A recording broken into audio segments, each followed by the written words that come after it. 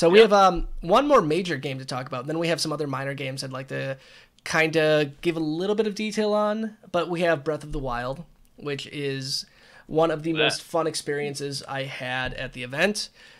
It is such a cool world, and this is the second time I got to play the game. I played it on the Wii U at E3 last year, and this is the very first time I got to play it on the Switch. I did a little bit more exploration on this one. They gave us 20 minutes at E3, but the demo was broken up into 2 areas. You had the main area, you got 10 minutes to play there, and then the demo stopped, and then you had another area, you had 10 minutes to play there. For this one, they gave me 20 minutes to play. And they just said, go knock yourself out. So the first thing I did is I ran to the Temple of Time, and I'm like, I want to see if I can scale it. So you did. I did. So I climbed all the way to the top of the Temple of Time, which you can kind of see in the video here. Found a cool bow at the top. Tested the bow out. Exciting? It was fun. I think you can see some footage of how I played this game too. I played it in tablet mode. I played it in docked mode. I played it with the Joy-Con dock. And again, I played it with the Joy-Con separated. I'm going to say it again. Playing it with the Joy-Con separated is so comfortable. It was really fun to hear how excited you were. I was when you so took them excited. Out, you're like, wow, there's so much flexibility and there's so much range when it comes to like how I can sit and how relaxed I can be. So much more room for activities. For activities. Yeah. So many activities. Well, that actually brings up a question I wanted to ask you guys. What did you guys think of the Joy-Con grip? So the one that comes included with the system. Did you get to play with that? Yes. Did you say? Okay. What were your thoughts on that, like quality-wise? It was light. Yeah. The very first thing I noticed, because the Joy-Cons are light on their own, and when you have one in each hand, that's nice. It's kind of a benefit to have a light controller. But when you have it like a standard game controller, it was a little off-putting at first how light it was. But I got used to it really, really quick. But then I got to play with the Joy-Con charging grip, which does not come with it. It's the one that you have to buy that you can actually charge it with. Oh, they had that there? Yes, they had that there at one station. Oh, okay. And that has a battery pack in it, and it added a little bit more weight to it, and it felt more comfortable that way. Oh, you like the more weight? Yeah, I like I like a little bit more weight when it's in that mode. Okay. But it wasn't uncomfortable at all. And Nintendo was gracious enough to have a Pro Controller there, the grip there, the charging grip there, the standard Joy-Cons. Yeah. So I got to play in every single play style, and I can do whatever I want in this game. If I feel like I want to use a heavy Pro Controller, I want to play like a normal dude, like if my guy friends are over and I need to have some street cred, I'll whip out the Pro Controller. Of course. If it's just me and Lauren, I'm just going to plop on the couch, undock the Joy-Cons and just kind of lay there like this and play it like that. Oh, just like that. Like that. Okay. Yeah, do whatever I want. But Nintendo has given players so many choices. Yeah. So many different choices to play any way they want to play. And I think that's going to be what is going to kind of make Nintendo the winner of this controller war, if you want to call it that. War, yeah. Because it's not a Wii U, it's not like a Wii controller. It's not a Wii U gamepad. It's not forcing you to, like, you have to play this way. They're giving you so many different options. And let me say this, too. The connectivity between all of these devices, maybe except for the Pro Controller, which is completely separate, but with the dock and the tablet and the Joy-Cons, seeing you attach the Joy-Cons to the tablet and then put it in the dock, you did that over and over. I don't know if you realize that. You did that over and over again because you thought it was so cool, and it really was cool, and it was super easy to do. Yes. Oh, go ahead. Oh, no, I was going to say one thing with that that I think a lot of people overlook or not really a lot of people talk about. Say you're playing in portable mode, you got the 2 Joy-Cons attached, then you want to dock it. As soon as you dock it, the game will stop and it will ask you what controller you want to use. So you can immediately dock it and then grab your Pro Controller and just start picking up that way. You don't have to like sync it again or anything like that. And vice versa. And I thought that was a really, really cool attention to detail because I'm sure we all know syncing Wii remotes back in the day was kind of a pain at times. Oh, yeah. Yeah, just a little bit. Especially taking them to people's houses and stuff. But yeah, that's one little detail I don't think a lot of people know about. And if anybody's curious, it was 2 seconds. It was probably less than 2 seconds from when you docked it and to when it would come up on the screen, or when you would undock it and you would have access to it on the tablet. It was so quick.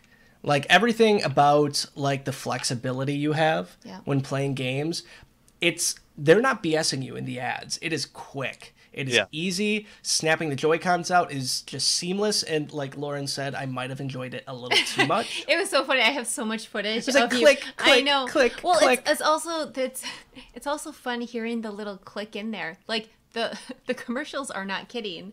It's so smooth and it's quiet, but it's really fun to hear that little snap when you put it in the dock. Yep. And I just saw you get so excited over and over putting it into the dock. And TJ, I'm sure you felt the same way. Oh yeah, no, I did, and that was one thing that was really reassuring. There's no like wiggle when you have the Joy-Cons on there. It feels like a solid device, almost to the point where you would think those wouldn't come off. Wow. So yeah, everything is built. The build quality of everything is probably what surprised me the most. Everything just feels so good. I was a little disappointed with the Joy-Con grip. That's why I brought that up. Okay. Because it's a different plastic. Like the handles on it are a different plastic than what the Joy-Cons have. So that's probably one thing I wasn't too keen on.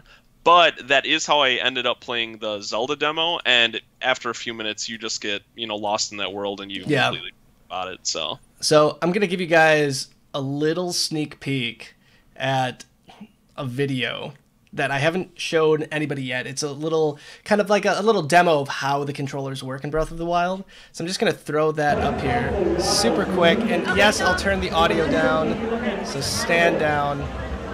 Stand by. Stand by, not stand down. Are you turning the audio down because it's you going, oh my gosh, look at this, and you can undock it, and you can dock it?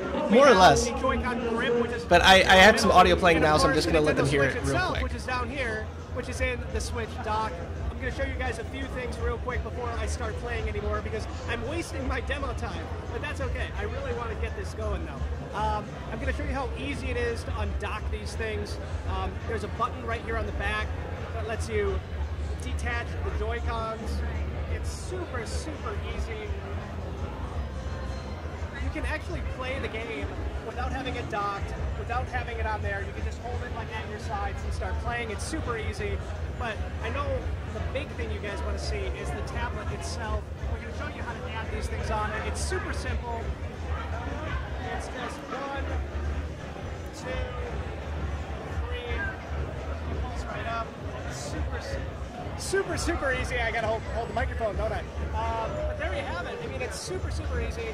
Here's the dock. See if you can get like maybe a little look inside the dock itself. There we go. So there's the Switch dock. Again, it's just connected through an HDMI cable directly to the TV. If you actually look inside the dock, right here on top, you'll see the connectors that have it. And on the other side, there are 2 USB connections. We're not going to take the camera over there. I mean, they're just USB connections. But I'm assuming that's going to be for a plethora of different accessories that you can pick up for it. But if you want to put it back in, it's super easy. And 1, 2, it's already back on the TV. It honestly takes less than like 10 seconds to do it.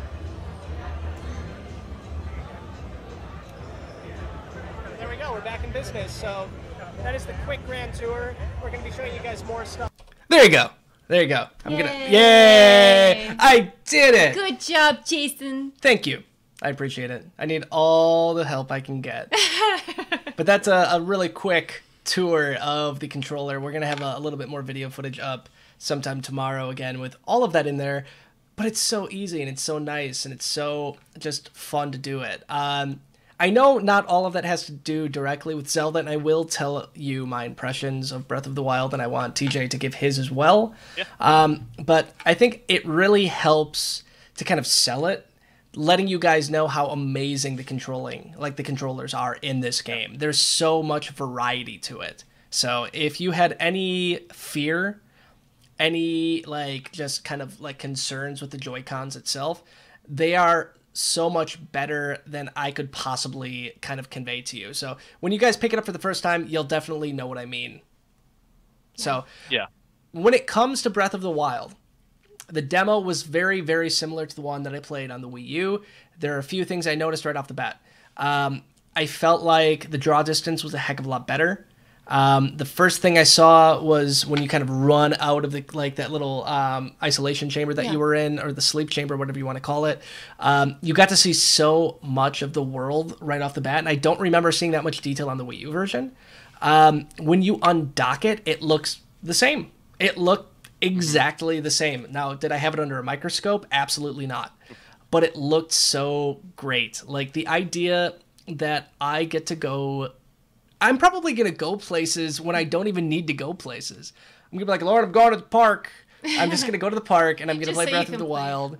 And it's just such a cool experience to know that I could take a game of this caliber anywhere with me.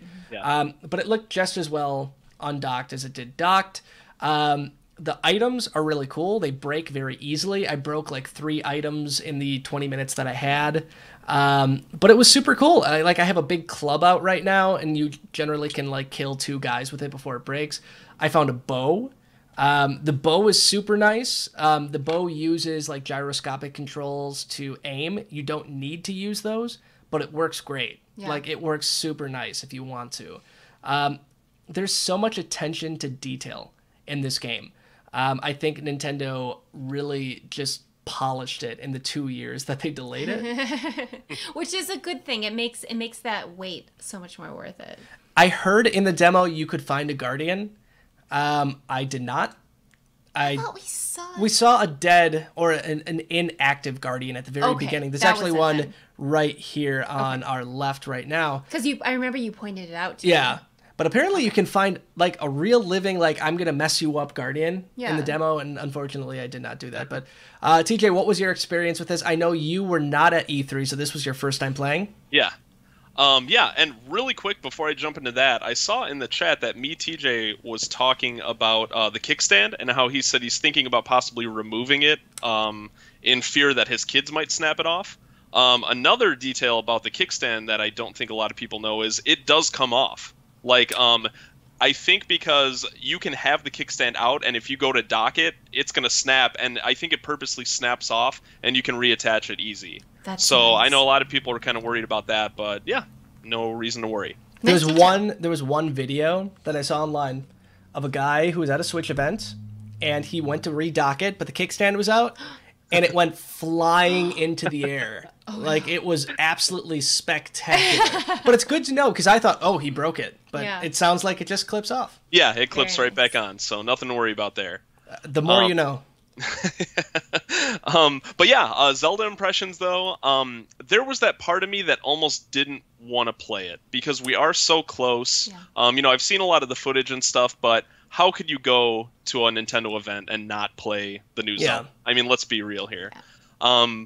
I remember going into the demo, like I mentioned earlier, you had to sign up early, so you get a ticket, and then they would give you like a set time to go back, and then you play for 20 minutes. It was a 20-minute demo.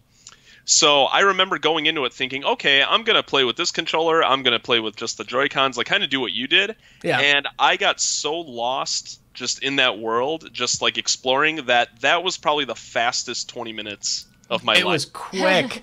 I thought I broke the game. Yeah, I couldn't believe when it ended because it was so fast. So I didn't get to try a lot of that other stuff. But yeah, the game, I'm so happy that Nintendo, it's this giant world and they've only been showing this very small portion of it. Even after what they showed at E3, a lot of the stuff now is still the same. But I think that is for the better because the game's going to have so many surprises in it. And just looking at that map, even the small portion that you got to play in felt huge. Yeah.